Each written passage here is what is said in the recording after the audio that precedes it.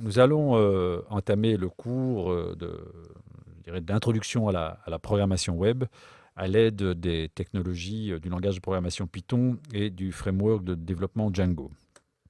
Alors le plan du cours sera le suivant. Donc, dans un premier temps, je vais évidemment faire une introduction au cours pour voir ce que vous allez découvrir pendant les heures à venir. Un premier chapitre sera consacré aux bases indispensables, les éléments indispensables de connaissances pour entamer la programmation web. Je vais d'abord différencier de manière très introductive ce que sont le web dans sa version statique et le web dans sa version dynamique. Le cours, évidemment, ici se consacre au web d'aujourd'hui, au web 2 ou même 3.0, c'est-à-dire le web dit dynamique. Il faudra maîtriser, l'idée n'est pas de faire de vous des experts en programmation objet, mais il faudra maîtriser quelques éléments de la programmation orientée objet, puisque Python est un langage de programmation orientée objet. Django, de fait, se sert de Python. Donc il faudra comprendre la découpe d'un logiciel qui est liée à cette pratique de la programmation objet. Un langage qui est devenu très très important pour la réalisation des projets informatiques, qu'ils soient web ou non web, c'est le langage UML. Et j'utiliserai deux aspects de ce langage, deux diagrammes liés à ce langage, qui sont les diagrammes de classe et le diagramme de use case ou de cas d'utilisation. Donc je rappellerai un peu ce que sont ces diagrammes. Un élément très très important aussi de la démarche web sur lequel il m'importera beaucoup d'insister, et de fait Django met en œuvre cette découpe. C'est vraiment un des aspects centraux de ce framework de développement. C'est ce qu'on appelle la découpe MVC, donc c'est un acronyme pour Model View Control. Et vous verrez que ce découpage MVC se fait très très naturellement au départ des use cases. Une fois que vous avez fait votre diagramme use case, assez naturellement, vous verrez quelles sont les parties liées au M, quelles sont les parties liées au V, quelles sont les parties liées au C. Quelques langages, évidemment, sont nécessaires à la mise en œuvre du développement web. Vous avez des langages de présentation de sites web que sont HTML et CSS. Je ferai quelques rappels, les bases en fait de ces deux langages. Le langage de programmation Python, donc j'y consacrerai un petit cours Python à l'avantage de la facilité, de la simplicité. Donc, à mon avis, assez rapidement, vous comprendrez les éléments essentiels de la syntaxe Python qu'il vous faut maîtriser pour utiliser Django et pour faire de la programmation web. Un tout petit peu de JavaScript, vous savez, est le langage qui est utilisé pour rendre plus dynamiques les applications, mais côté client.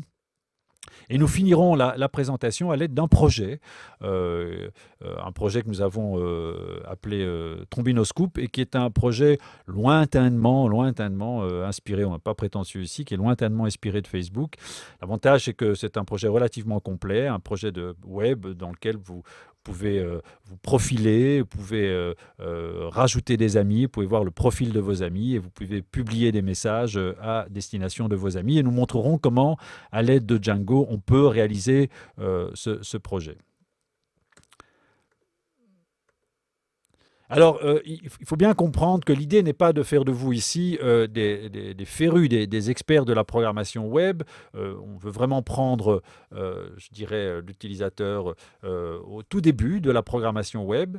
L'idée n'est pas non plus de faire de vous des programmeurs Python chevronnés. En fait, il n'est pas nécessaire d'être un expert en programmation Python pour pouvoir utiliser Python dans le cadre de la programmation web. Donc, quelques bases de Python sont indispensables. Évidemment, une amélioration dans quelques de ces techniques que nous vous présentons ici peut bien sûr faciliter la réalisation de vos projets, mais néanmoins, des bases de Python devraient largement suffire à, je dirais, 90% de la conception de votre projet web. Django est un environnement extrêmement puissant qui s'est beaucoup amélioré, puisque Django est un projet open source, donc depuis quelques années qu'il existe, beaucoup d'améliorations ont été apportées à Django. Donc là aussi, l'idée n'est pas de faire de vous des experts de cet environnement, mais de comprendre les bases de cet environnement pour pouvoir réaliser votre projet web, et puis libre à vous, évidemment, par la suite, de vous spécialiser dans Django. Ce qu'il faut comprendre d'ailleurs, c'est que par cette formation, nous voulons former n'importe quel type de programmeur web. Il doit être possible, à l'issue de cette formation, d'en retenir, je dirais, 80-90%, même si par la suite, vous devez vous retrouver à utiliser un environnement de développement qui est très différent de celui, enfin, du couple Python-Django. Par exemple, Symfony pour PHP, ASP.NET pour l'environnement plutôt Microsoft, ou JSP, ou même Ruby on Rails. Il y a une offre considérable de technologies web. La plupart des choses que nous allons raconter devraient encore encore être d'application. Évidemment, nous l'illustrons à l'aide des technologies Python et Django.